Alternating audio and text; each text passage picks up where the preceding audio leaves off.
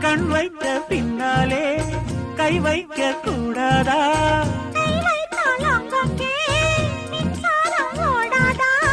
என்னென்ன ஆனால் என்ன அவள் கொண்ட போது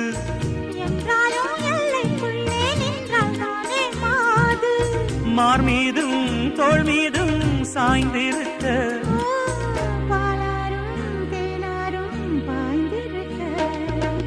உன்னை வனத்து குயிலே நீ என்னை நினைத்து இசை பாடு.